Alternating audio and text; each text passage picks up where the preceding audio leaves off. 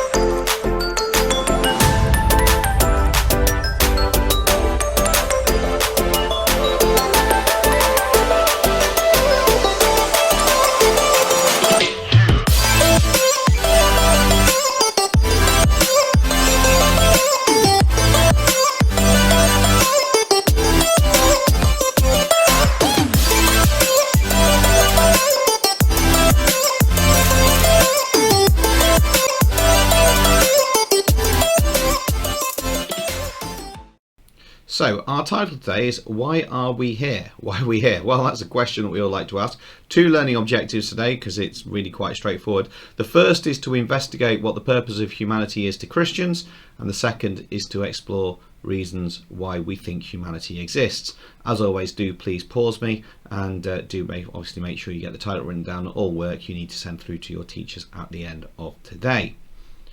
Let's look at our outcomes then.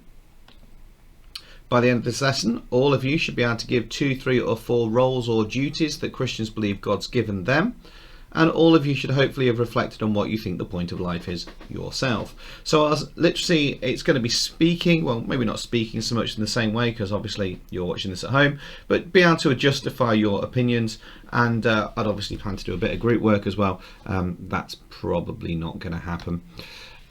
Let's just have a quick look at these. So here are 3 key terms. I'd like you to write them down in your book, only I've messed them all up. The first letter is in white of each word, so see if you can work out which word each word is, and then you've got to match that to the definition as well. So it's a 2-part process. What's the word and what's the definition linked to that? So pause me now while you get those written down in your books.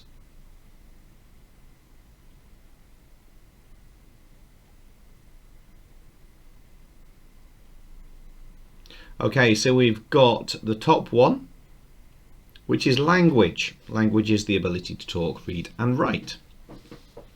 The next one, which I'm sure none of you are lacking, intelligence. Okay, that's the ability to think and reflect and to apply that knowledge and learning to reason. And that brings us to my rail, which is morality. Morality, the sense of right and wrong. All of those are things that humans have got that maybe some animals do not.